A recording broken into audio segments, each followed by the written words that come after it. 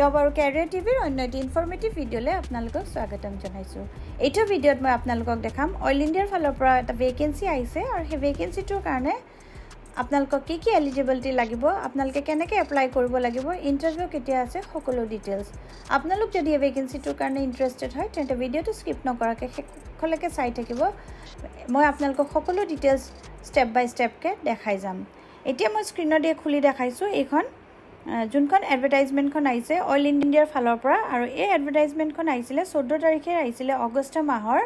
আৰু ইয়াৰ কাৰণে যোনটো পোষ্ট আছে সেইটো হৈছে কণ্ট্ৰেকচুৱেল পাব্লিক হেল্থ এছিষ্টেণ্ট এটা পোষ্ট আছে। আৰু এই পোষ্টটোৰ কাৰণে কোৱালিফিকেশ্যন বিচাৰিছে প্ৰথমতে আপোনালোকে 12 পাছ কৰিব লাগিব ছায়েন্স ষ্ট্ৰীমত ফ্ৰম আ ৰেকগনাইজ গভৰ্ণমেণ্ট ইনষ্টিটিউট বা বৰ্ড। তাৰপিছতে আপোনালোকৰ ডিপ্ল'মা বা চাৰ্টিফিকেট লাগিব in computer application of minimum 6 month duration, আৰু লগতে MS ৱৰ্ড, এক্সেল আৰু পাৱাৰ পইণ্ট এইখিনি জানিব লাগিব বুলি কৈছে। আৰু এবছৰ আপোনালোকৰ এটা ৱৰ্ক এক্সপিৰিয়েঞ্চ বিচাৰিছে কোনো ষ্টেট গভৰ্ণমেণ্ট, চেণ্ট্ৰেল গভৰ্ণমেণ্ট বা PSU ছেক্টৰত। যদি এইখিনি অৰ্হতা মিলে তেন্তে আপোনালোকে ৱৰ্ক ইন ইণ্টাৰভিউৰ কাৰণে যাব পাৰিব। মিনিমাম এইজ যোনটো বিচাৰিছে 21 বছৰ আৰু মেক্সিমাম হৈছে 30 বছৰ। ইয়াতে যোনটো চেলাৰী হ'ব 16,400 টকা দিব ফিক্স পে, আৰু লগতে 640 টকা পাৰ ডে হিচাপত দিব for each working day. Reservation and age relaxation যোনটো হ'ব সেইটো এজ পাৰ গভৰ্ণমেণ্ট গাইডলাইনছৰ হিচাপতে হ'ব। আৰু আপোনালোকৰ যোনখন 10th মাৰ্কশ্বিট বা পাছ চাৰ্টিফিকেট আছে তাৰ ওপৰত বেছ কৰি পেলাই আপোনালোকৰ এইজটো চাব।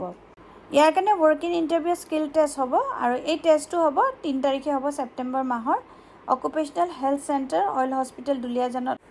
এই ৱৰ্ক ইন ইণ্টাৰভিউটো হ'ব প্ৰথমতে 7টাৰ পৰা 9টাৰ ভিতৰত যাই পেলাই ৰেজিষ্ট্ৰেশ্যন প্ৰচেছটো কৰিব লাগিব, য'ত আপোনাৰ ৰেজিষ্ট্ৰেশ্যন প্ৰচেছ আপোনালোকে এপ্লিকেশ্যন ফৰ্মখিনি জমা দিব লাগিব। আপোনালোকৰ যোনটো ফটো কপি হ'ব ডকুমেণ্টছৰ এটেষ্টেড সেইখিনি দিব লাগিব, ফটোগ্ৰাফছ গোটেইখিনি দিব লাগিব। পিছত অৰিজিনেল ডকুমেণ্টছৰ ভেৰিফিকেশ্যন হ'ব, সেইখিনি হোৱাৰ পিছতে আপোনালোকৰ নৰ্মেল ইণ্টাৰভিউ প্ৰচেছটো হ'ব।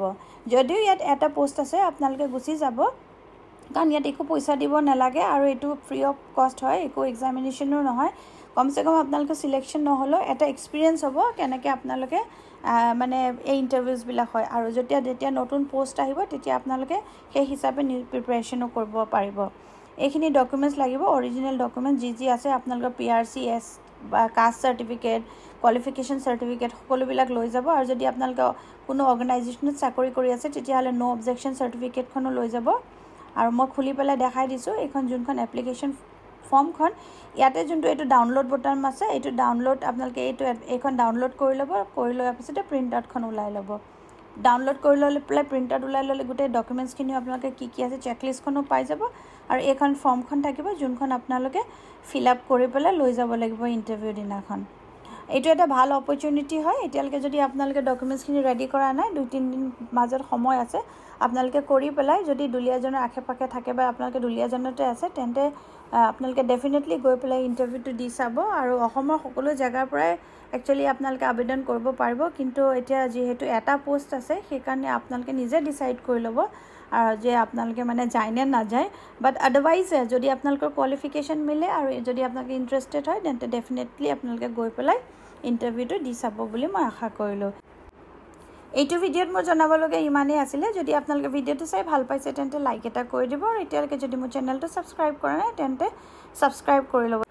আৰু এটা মই এইখিনিতে আপোনালোকক ক'ব বিচাৰোঁ যে যোনটো CISF-ৰ নতুন ভেকেঞ্চিজ আজিৰ পৰা ষ্টাৰ্ট হৈছে এপ্লিকেশ্যন প্ৰচেছটো, সেইটোৰ কাৰণে 12 পাছ বিচাৰিছে ছায়েন্সত, আৰু বেলেগ একো কোৱালিফিকেশ্যন বিচৰা নাই। এপ্লিকেশ্যন ফিজ 100 টকা অকল লয় যদি আপোনালোকে জেনেৰেল কেণ্ডিডেট হয়, আৰু বাকীবিলাক কেটেগৰীত ফিজ একো দিবই নালাগে। আৰু যিহেতু ভালে সংখ্যক পোষ্ট আছে আমাৰ অসমৰ কাৰণে, আৰু অসমৰ পৰা এপ্লিকেশ্যন বহুত কম যায়, সেইকাৰণে আপোনালোকে সেই পোষ্টকেইটাৰ কাৰণে এপ্লাই কৰি দিব।